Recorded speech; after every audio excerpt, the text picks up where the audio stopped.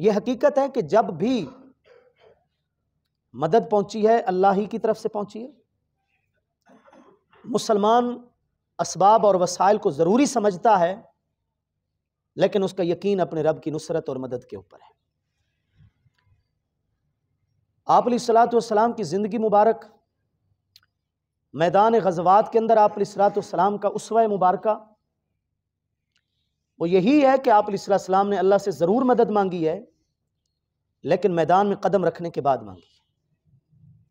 ظاہری طور پر جتنے بھی اسباب و وسائل ہو سکتے تھے آپ علیہ الصلوۃ والسلام نے، اور پھر آپ علیہ الصلوۃ والسلام کے تربیت یافتہ صحابہ کرام نے، حضرات اہل بیت اطہار نے، وہ اسباب اور وسائل بروئے کار لا کر اپنی استطاعت، اپنی حیثیت، اپنی وسعت خرچ کرنے کے بعد اللہ سے مدد بھی مانگی ہے، نصرت بھی مانگی ہے، اور پھر اللہ کی نصرت و مدد پہنچی بھی ہے۔ آپ علیہ السلام چاہتے ہیں تو کفار کے خلاف دعائیں گھر میں بھی بیٹھ کر کر سکتے تھے، مدینہ شریف کی حدود سے باہر نہ نکلتے، میدان بدر میں تشریف نہ لاتے۔ اب کہاں 313، کہاں 1000، کہاں اسباب اور وسائل سے خالی لوگ اور کہاں مسلح جد و جہد، لیکن جتنا ہو سکتا تھا اس وقت صحابہ کرام کی شرکت، ظاہری اسباب اور وسائل کو جمع کرنا، ہر اعتبار سے تیاری وہ سب نے کی۔ وہ آپ علیہ السلام نے بھی فرمائی، میدان میں سب کو لا کر، سب کو شامل کر کے، اپنی ساری جمع پونجی، اپنی محنت، اپنی کوشش سامنے رکھ کر پھر ہاتھ اٹھے، اللہ سے مدد مانگی گئی اور اللہ نے مدد دی۔ تو بھائی یہ یقین ضرور ہے کہ جب بھی فتح ہوئی ہے اللہ کی مدد سے فتح ہوئی ہے، لیکن ہم اس بات کو بھول جاتے ہیں کہ ظاہری اسباب اور وسائل جو ہیں ان کا بھی اس میں حصہ ہے۔ سنت الہیہ اور قانون قدرت ہے کہ دنیاوی اعتبار سے، مادی اعتبار سے جو تیاری ہوتی ہے، جو چیزیں ضروری ہوتی ہیں، جو ترقی کے لیے ضروری ہیں، جو کامیابی کے لیے ضروری ہیں، مسلمانوں کو ان کا بھی خیال رکھنا ہوتا ہے۔ خیر، یہ جو موضوع ہے عروج و زوال کا، جیت اور ہار کا، فتح اور شکست کا، امت محمدیہ کے حوالے سے، ملت اسلامیہ کے حوالے سے اس موضوع پر بہت کچھ لکھا گیا، بلکہ میں یوں کہوں شاید سب سے زیادہ اسی موضوع پر لکھا گیا، لکھا جا رہا ہے، حالات بتا رہے ہیں کہ لکھا جاتا رہے گا، لیکن مسئلے کا حل اس موضوع پر لکھنا نہیں ہے۔ مسئلے کا حل اسباب کی طویل فہرست نہیں ہے کہ جناب یہ سبب ہیں جنہوں نے ہمیں داخلی اور خارجی طور پر کمزور کر رکھا ہے، اندرونی اور بیرونی حوالے سے ہمیں جو ہے وہ بے سہارا کر دیا ہے۔ مسئلے کا حل یہ نہیں ہے، اس پر تو صفحات بھرے پڑے ہیں۔ بات یہ ہے کہ جو اسباب ہم بھی جانتے ہیں، ہم بھی سمجھتے ہیں، بھئی واقعتاً یہ چیز مسلمان کو کمزور کرتی ہے، انفرادی حوالے سے بھی اسے اندر سے کھوکھلا کرتی ہے، اجتماعی حوالے سے بھی اس کی قوت کو کمزور کرتی ہے۔ سوال ہم میں سے ہر ایک کو اپنے آپ سے یہ کرنا چاہیے کہ جب ہمیں پتہ ہے کہ یہ چیز کمزور کرتی ہے، کہیں ہم خود اس سبب کا حصہ نہیں ہیں، کہیں ہم بھی اس کے اندر اضافہ کرنے والے تو نہیں ہیں، کہیں ہمارا عمل اس خلا کو مزید بڑھا تو نہیں رہا، اس شکست کو مزید شکست کی طرف تو نہیں کھینچ کر لے کے جا رہا، جیت اور فتح سے کہیں ہمیں دور تو نہیں کر رہا۔ اس پر بہت کم ہم سوچتے ہیں، اور اگر سوچتے ہیں تو پھر عمل کرنے کے لیے اور عملی جد و جہد کے لیے تیار نہیں ہوتے۔ اس موضوع کا جو خلاصہ ہے، پھیلاتے جائیں تو میں عرض کر چکا ہوں اوراق ہیں، ہزاروں اوراق ہیں، بھرے پڑے ہیں، سمیٹتے جائیں دو باتیں بڑی قابل غور ہے، اور افسوس کہ ان دو سببوں نے سب سے زیادہ ہمارے اوپر اثر ڈالا، سب سے زیادہ ہمیں اندرونی طور پر بھی کھوکھلا کیا اور خارجی طور پر بھی کمزور کیا۔ اگر یہ دو چیزیں ہم سمجھ آئے تو کہہ سکتے ہیں کہ ہم اس پورے موضوع کو سمجھ گئے۔ نمبر ایک، ہماری صفوں کے درمیان جو انتشار ہے، جو افتراق ہے، جو جدائیاں ہیں، جو فرقہ واریت ہے، جو تقسیم در تقسیم ہے، اور اتحاد کا تو لفظ یوں سمجھیں بولنا بھی ایک خواب لگتا ہے۔ ہم اتنا بکھر چکے ہیں، ہم اتنا جدا ہو چکے ہیں، ہم اتنا ایک دوسرے سے دور ہو چکے ہیں، ہم اپنے اپنے مفادات سے، اور وہ بھی صرف مالی مفادات سے، اتنے وابستہ ہو چکے ہیں کہ انفرادی یا اجتماعی درد ہوتا کیا ہے؟ اس درد کا لفظ سے حرفی دال را دال، شاید اب یہ بولنا اور سننا یہیں تک محدود رہ گیا ہے۔ حالانکہ ہم وہ قوم ہیں، ہم وہ ملت ہیں، ہم وہ امت ہیں جس سے سب سے زیادہ اتحاد کا درس دیا گیا، متحد اور متفق رہنے کی تلقین کی گئی۔ قرآن اور حدیث میں سب سے زیادہ زور ہی اسی بات پر دیا گیا کہ اگر اس میں تم پیچھے رہ گئے اور اس میں اگر تم نے کمزوری دکھائی تو پھر دشمن کے دلوں سے تمہاری ہیبت بھی جاتی رہے گی، تمہارا روب ختم ہو جائے گا، تمہاری ہوا اکھڑ جائے گی، اور تم صرف ایک جثہ اور ڈھانچہ لے کر اس دنیا میں جی رہے ہوگے، تمہارے اندر قوت اور طاقت کا نام و نشان نہیں ہوگا۔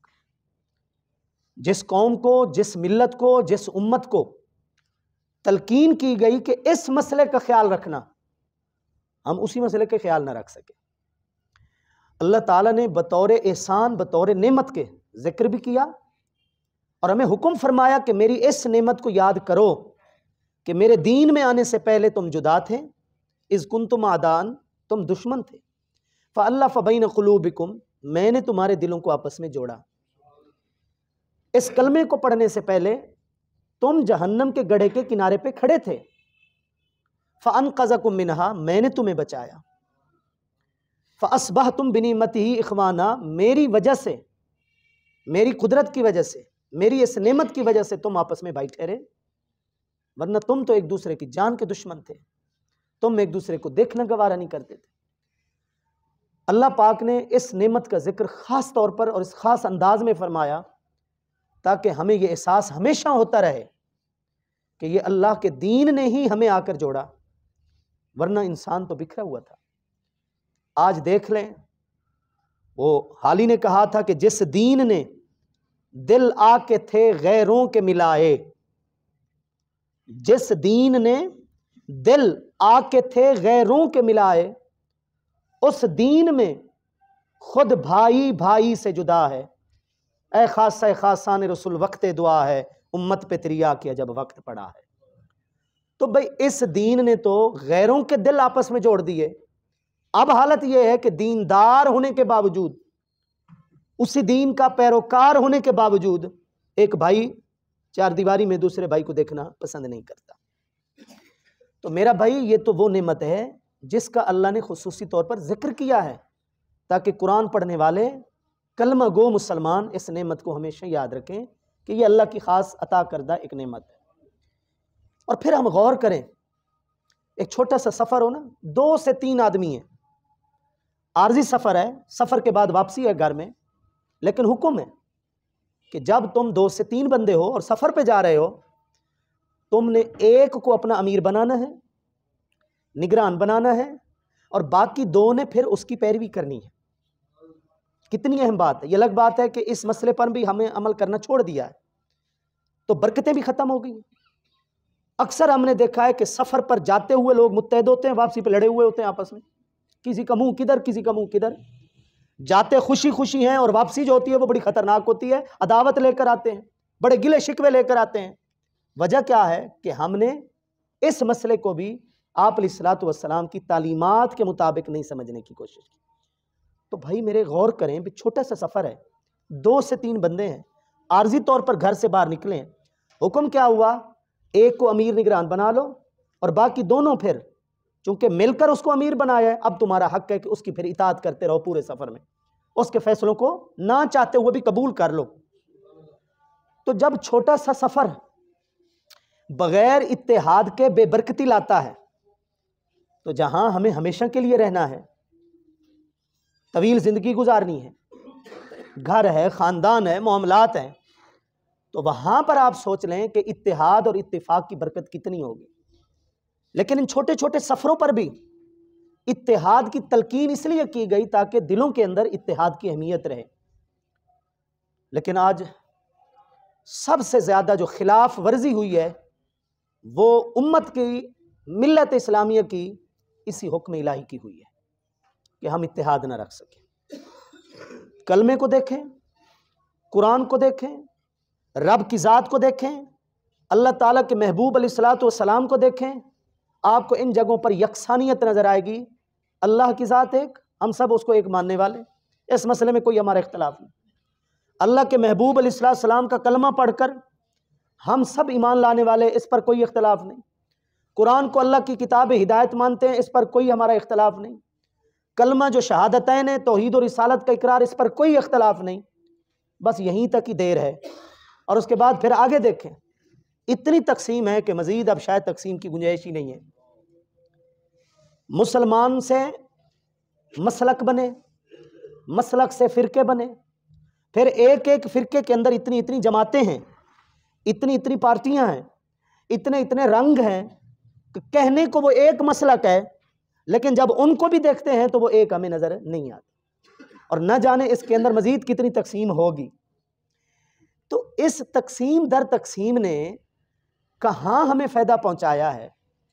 یہ تو ذاتی فائدہ نہیں پہنچا سکتی، اس نے اجتماعی فائدہ کیا پہنچانا ہے؟ یہ ایک انگلی ہے، یہ دو انگلیاں ہیں، یہ 5 انگلیاں ہیں۔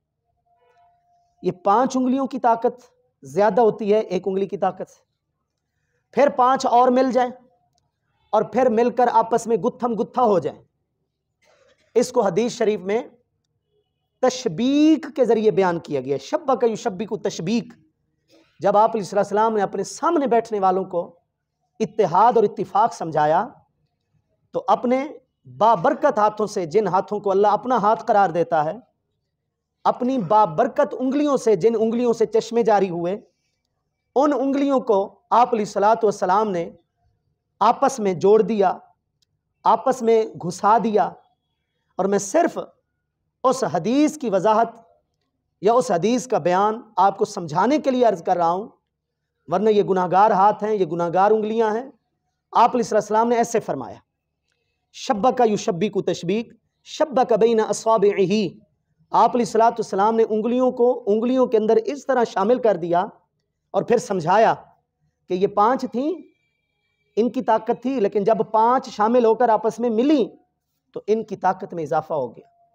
ایک ہاتھ کو مروڑنا، نیچے کرنا آسان، لیکن جب انگلیوں میں شامل ہو جائیں تو پھر آپ خود اندازہ کریں، یہ حصی ایک مثال ہے، محسوس کرنے والی ایک مثال ہے، دل دماغ کو سمجھ آنے والی ایک مثال ہے۔ آپ علیہ السلام نے اس طریقے سے سمجھایا کہ جب تم یوں ایک دوسرے کے ساتھ مل کر رہو گے تو پھر تمہاری قوت اور طاقت میں اضافہ ہوگا۔ قرآن مجید کی 8ویں سورت، سورہ انفال کی آیت نمبر 45، آیت نمبر 46 کے اندر اسی موضوع کو بیان کیا گیا کہ نمبر 1 ثابت قدمی، نمبر 2 کثرت کے ساتھ یاد الہی، اور نمبر 3 اللہ اور اس کے محبوب کی اطاعت، اور نمبر 4 آپس کے جھگڑوں سے پرہیز۔ یہ 4 چیزیں مسلمانوں کو خاص تلقین کی گئی کہ جب تمہارا مقابلہ دشمن سے ہوگا، جو تمہیں ٹکڑے ٹکڑے کرنا چاہتے ہیں، جب تمہارا آمنا سامنا ان سے ہوگا، یہ 4 چیزیں ہی ہیں جو تمہیں کامیاب کر سکتی ہیں۔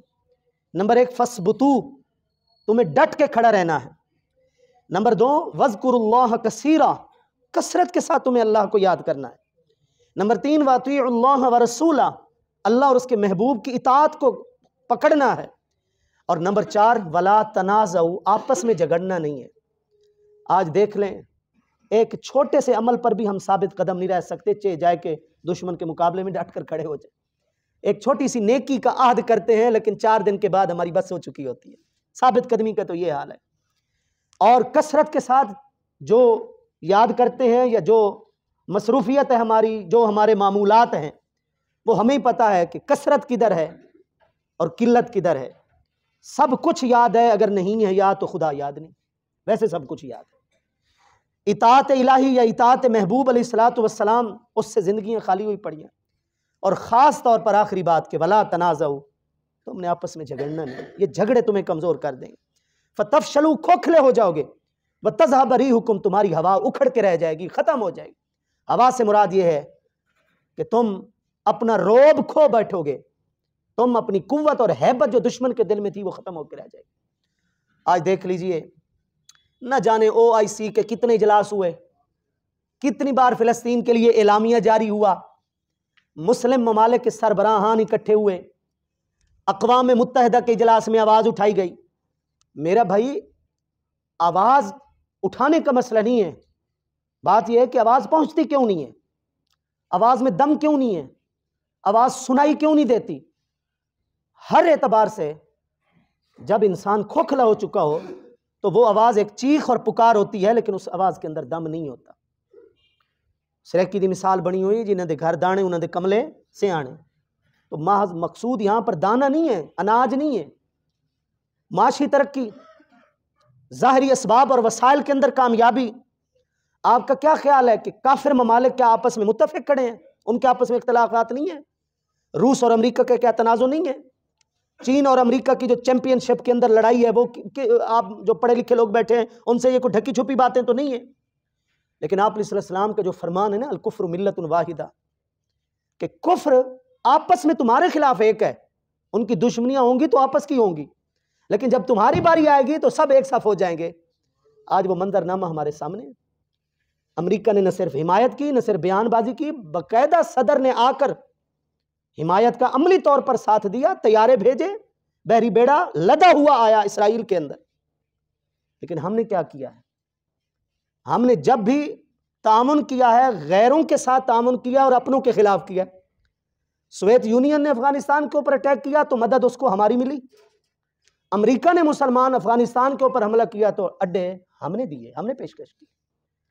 تو وہ مدد، وہ چال بازیاں جو غیروں نے ہمارے خلاف استعمال کی ہیں، ہمیں آج تک نہ سمجھ آ گئی کہ وہ اختلافات کے باوجود شام کو اجاڑنے میں، عراق کو بنجر زمین میں تبدیل کرنے میں ایک ہیں، لیکن ہم اپنی ہی زمینوں کو بچانے میں ایک نہ ہو سکے۔ وجہ یہی ہے کہ سب سے بڑا سبب یہ عدم اتفاقی ہے۔ اور چھوڑ دیں پارلیمنٹ کو، چھوڑ دیں 55 کے قریب اسلامی ممالک کو۔ میں نے پچھلے جمعے بھی کہا تھا کہ یہ موضوع چھیڑنے کا مقصد یہ ہے کہ ذرا اپنے گھر کی خبر لے لیں، اپنی فیملی کو دیکھ لیں، 2 بھائی ہیں 4 بھائی ہیں، ذرا وہ اپنا جائزہ لے لیں۔ ہمیں وہاں پر تنقید اچھی لگتی ہے، لیکن اپنے عیب جو اپنے گھر میں یہ کمزوریاں ہیں، ہم نے کبھی ان کے اندر غور نہیں کیا۔ یہ کمزوریاں یہیں سے شروع ہو کر آگے بڑھیں اور ہمیں عالمی سطح پر انہوں نے کمزور کر کے رکھا۔ تو جو ہمارا دائرہ ہے، جو ہماری وسعت ہے، جہاں تک ہماری رسائی، اپروچ اور پہنچ ہے، کوشش کریں کہ وہاں اتحاد اور اتفاق کی فضا کو قائم رکھیں، تاکہ اس کی برکت ہمیں بھی پہنچے، پھر یہ برکت آگے معاشرے میں بھی تقسیم ہو۔